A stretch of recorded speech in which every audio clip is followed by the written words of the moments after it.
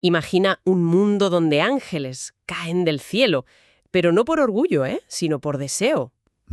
Donde gigantes, fruto de uniones prohibidas, caminan sobre la tierra. Y donde secretos cósmicos, revelados antes de tiempo, siembran el caos. Vaya panorama. Pues hoy nos adentramos en un texto antiguo, misterioso, que explora justo esas ideas. El libro de Enoc. Bienvenida, bienvenido a esta exploración. Tenemos delante fragmentos de un libro fascinante, la verdad, atribuido a Enoc, el bisabuelo de Noé. Ajá. Es un texto apócrifo, o sea, que no entró en el canon oficial de la Biblia para la mayoría, pero su eco, resuena durante siglos. Data de entre los siglos 3 y 1 a.C., más o menos. Sí, el periodo del Segundo Templo judío. Una época muy movida, digamos. Exacto. Y nuestra misión hoy, pues intentar entender algunas de sus ideas más potentes. No solo la historia famosa de los ángeles caídos, que también, sino sus visiones sobre la justicia divina, el universo, el destino final. Vamos a meternos de lleno. Exacto. Es que es una ventana privilegiada, diría yo, a creencias que no siempre llegaron a los textos más conocidos. El libro de Enoc nos presenta una cosmología muy elaborada, ¿eh? Un montón de ángeles con roles definidos. Sí. Y sobre todo, una preocupación muy intensa por el origen del mal y la certeza de un juicio final. Intenta responder preguntas, fundamentales. ¿De dónde viene el sufrimiento? ¿Por qué hay injusticia? ¿Hay esperanza? Y las respuestas que da son, dramáticas. Empecemos por el tono general, si te parece. El libro empieza ya con fuerza. Enoc bendice a los justos que sobrevivirán a una tribulación futura, pero avisa de un juicio terrible para los impíos. Describe al santo grande bajando, la tierra temblando, las montañas derritiéndose. Cito un trocito clave, que de hecho se menciona hasta en el Nuevo Testamento. Y aquí, él viene con 10.000 de sus santos para ejecutar juicios sobre todos. Eso es una imagen apocalíptica muy potente desde el principio. Y esa es una tensión constante en el texto, ¿eh? La separación radical entre el destino de los justos y el de los malvados. A unos, paz, luz, sabiduría, vida eterna. Bien. A los otros, maldición, destrucción y sin misericordia. Lo interesante es el reproche que les hace. Han roto el orden divino. A diferencia de la naturaleza, el sol, la luna, las estaciones, que sí sigue las leyes que Dios puso. El pecado humano es como una disrupción cósmica. Y esa idea de disrupción cósmica nos lleva directos a uno de los relatos más famosos y extraños del libro, la historia de los ángeles caídos. Los llaman los vigilantes. Eso es. Cuenta que 200 de estos seres celestiales, con un líder llamado Semgiaza, desearon a las mujeres humanas. ¿200, nada menos? 200. Hicieron un pacto en el monte Hermón y bajaron a tomar esposas. O sea, 200 ángeles desertando de sus puestos. Vaya. Las consecuencias, según Enoc, son catastróficas. Pero ojo, no es solo la unión prohibida en sí.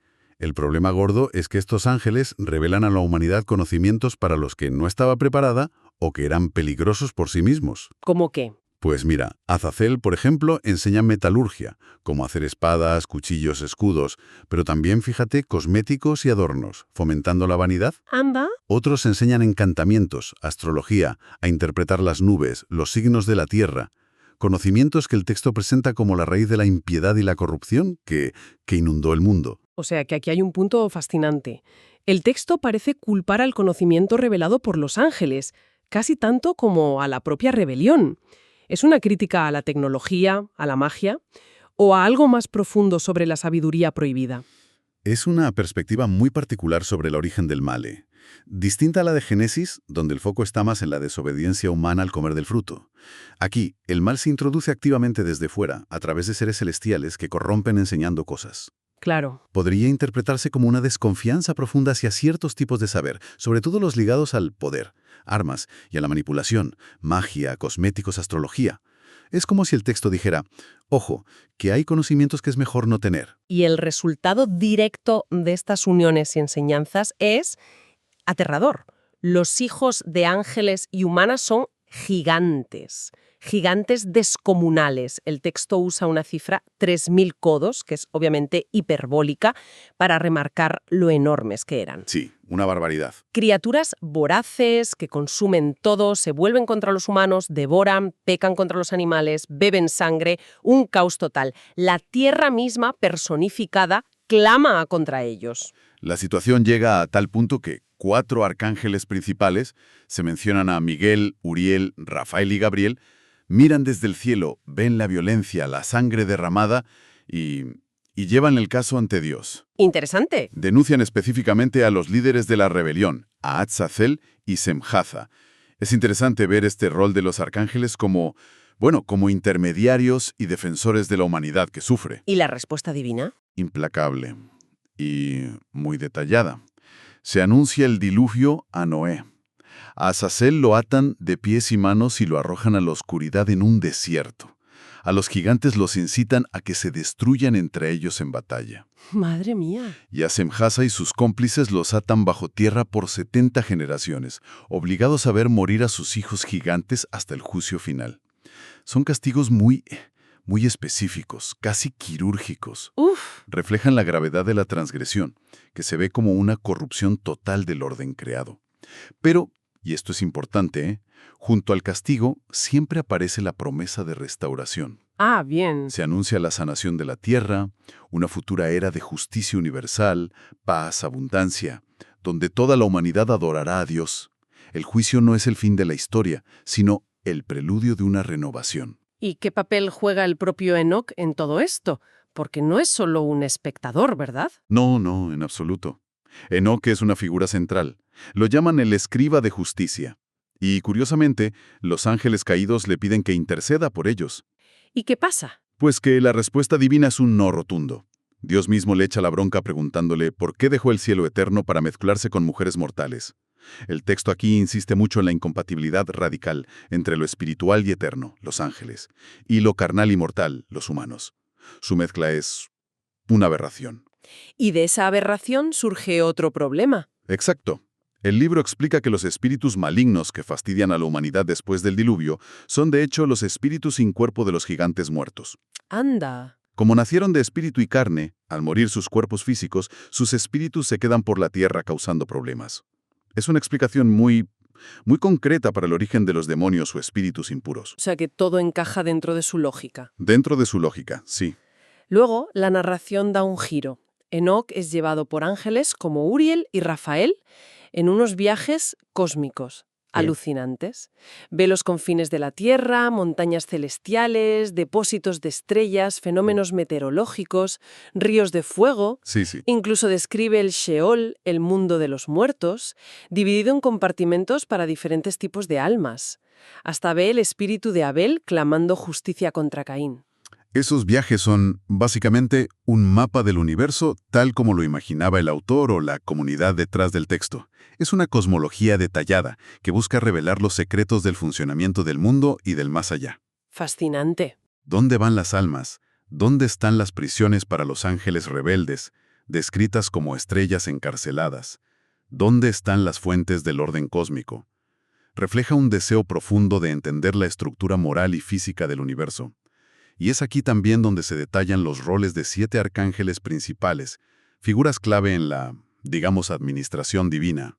El libro sigue con las llamadas parábolas, que son una serie de visiones más simbólicas para generaciones futuras.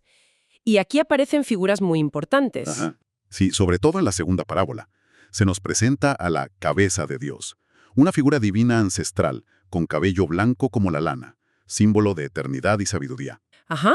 Y junto a él aparece el Hijo del Hombre, una figura mesiánica, preexistente, elegida por Dios, llena de justicia y gracia, destinada a ser luz para las naciones, esperanza para los afligidos y, muy importante, el juez de los reyes y poderosos de la tierra. Las escenas del juicio que describen estas parábolas son densísimas. Los poderosos tiemblan, son humillados, entregados a ángeles castigadores y arrojados a un valle de fuego.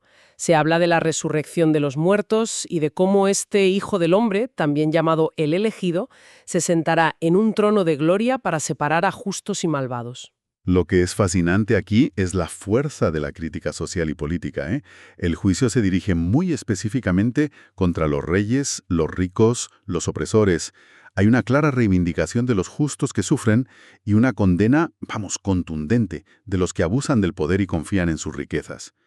El Hijo del Hombre es el agente de esa inversión radical del orden terrenal. En la tercera parábola profundiza en los secretos de la creación.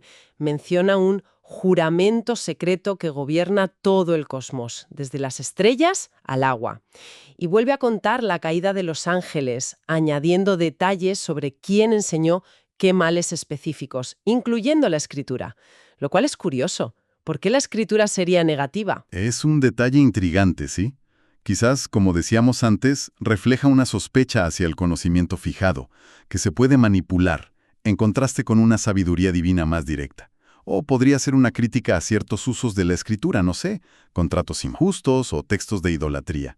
No queda del todo claro, pero muestra esa ambivalencia hacia el saber humano y sus herramientas. Y estas parábolas terminan con algo sorprendente: la propia exaltación de Enoc. Lo llevan al cielo en carros del espíritu. Ve el trono divino rodeado de ángeles. Y un ángel le revela que él, Enoc, es ese hijo del hombre del que hablaban las visiones. Exacto. Se identifica a Enoc con esta figura mesiánica. Esa identificación es, sin duda, uno de los aspectos más singulares y debatidos del libro.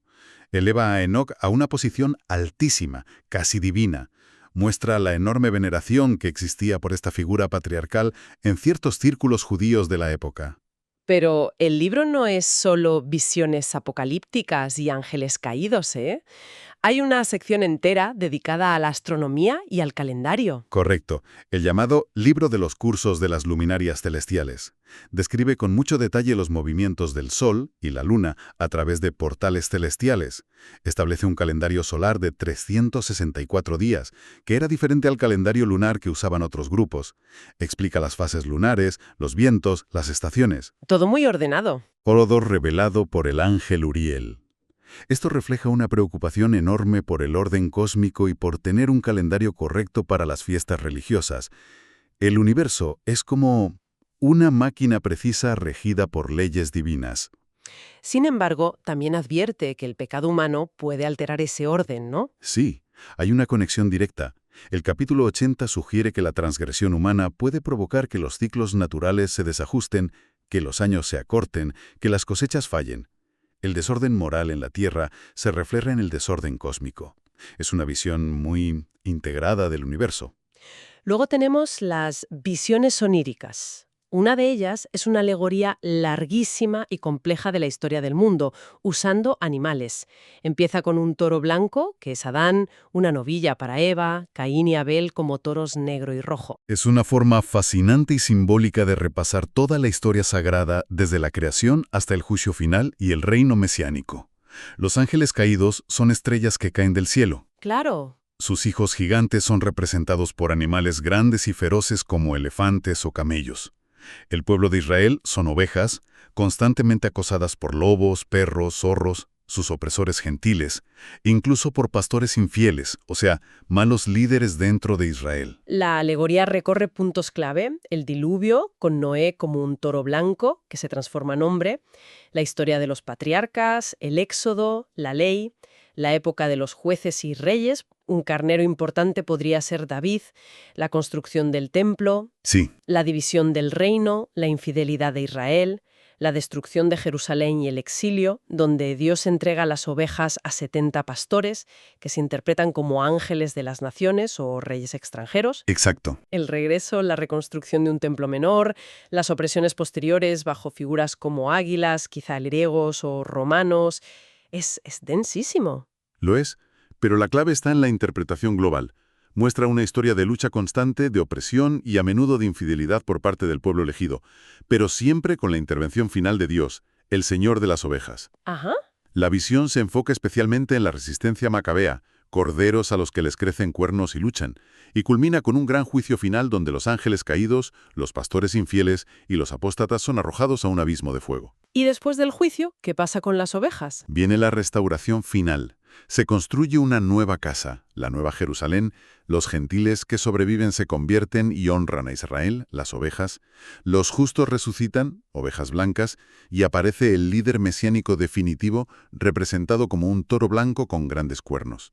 Es la visión de un final feliz y justo después de una historia muy turbulenta. La última parte del libro recoge exhortaciones de Enoc a sus hijos. Pide justicia, advierte contra el pecado, incluye otro resumen de la historia, el Apocalipsis de las semanas, y una serie de ayes, maldiciones o advertencias contra los ricos injustos, los opresores, los idólatras. Sí, aquí el contraste entre el destino final de justos y malvados es aún más explícito. Para los pecadores, vergüenza, tormento en el fuego, oscuridad. Uf. Para los justos, vida eterna, alegría, luz, paz, compañía de ángeles, sus nombres escritos en el cielo. Se recalca que Dios conoce y registra cada pecado, y que la justicia prevalecerá. Y culmina con una promesa muy potente. Dios y su Hijo, refiriéndose probablemente al Hijo del Hombre, morarán con la humanidad redimida para siempre. Y ya casi para terminar, hay un relato curioso sobre el nacimiento de Noé. Nace con un aspecto tan extraordinario, piel blanca y roja, pelo blanco como lana, ojos brillantes, que su padre, Lamec, sospecha que no es hijo suyo, sino de un ángel. Es un episodio que conecta el final del libro con su principio, de alguna manera. Matusalén, el padre de Lamec, va a consultar a Enoc, que según la tradición ya había sido llevado al cielo. Claro. Y este le confirma que no es su descendiente legítimo, pero que su nacimiento anuncia algo nuevo. Le repite la historia de la corrupción por los ángeles caídos y le predice el diluvio, asegurando que Noé y su familia se salvarán para repoblar la tierra. El libro cierra así, reafirmando la esperanza en la justicia futura a través de la línea de Noé. Hemos recorrido un paisaje increíble, ¿eh? Ángeles rebeldes, gigantes voraces, viajes cósmicos, juicios apocalípticos, alegorías históricas, figuras mesiánicas, desde la corrupción inicial hasta la restauración final. Si tuviéramos que destilar la esencia de lo que nos aportan estos fragmentos del libro de Enoc, ¿cuál sería? Yo diría que nos ofrece una visión del mundo radicalmente teológica y llena de un dramatismo cósmico. Intenta explicar el origen del mal de una forma muy concreta, la rebelión angélica y la revelación de conocimiento prohibido. Presenta un universo donde la justicia divina es inevitable, aunque a veces parezca tardar. Subraya la responsabilidad no solo humana, sino también angélica en cómo está el mundo. Y sobre todo, a pesar de las visiones terroríficas, es un libro de esperanza, convencido de que al final el bien triunfará y habrá una restauración completa bajo el gobierno divino. Aunque no sea canónico para muchos, su influencia en las ideas sobre ángeles, demonios, el Mesías y el fin de los tiempos ha sido enorme. Nos deja con una reflexión interesante. El texto presenta ciertos conocimientos, metalurgia para armas, encantamientos, astrología, como intrínsecamente peligrosos cuando los revelan los ángeles caídos.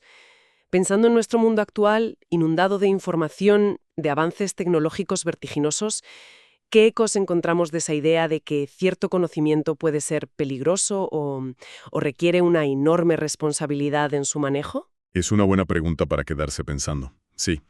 Pues ahí lo dejamos por hoy. Gracias por acompañarnos en esta exploración del enigmático libro de Enoc. Hasta la próxima vez. Hasta la próxima.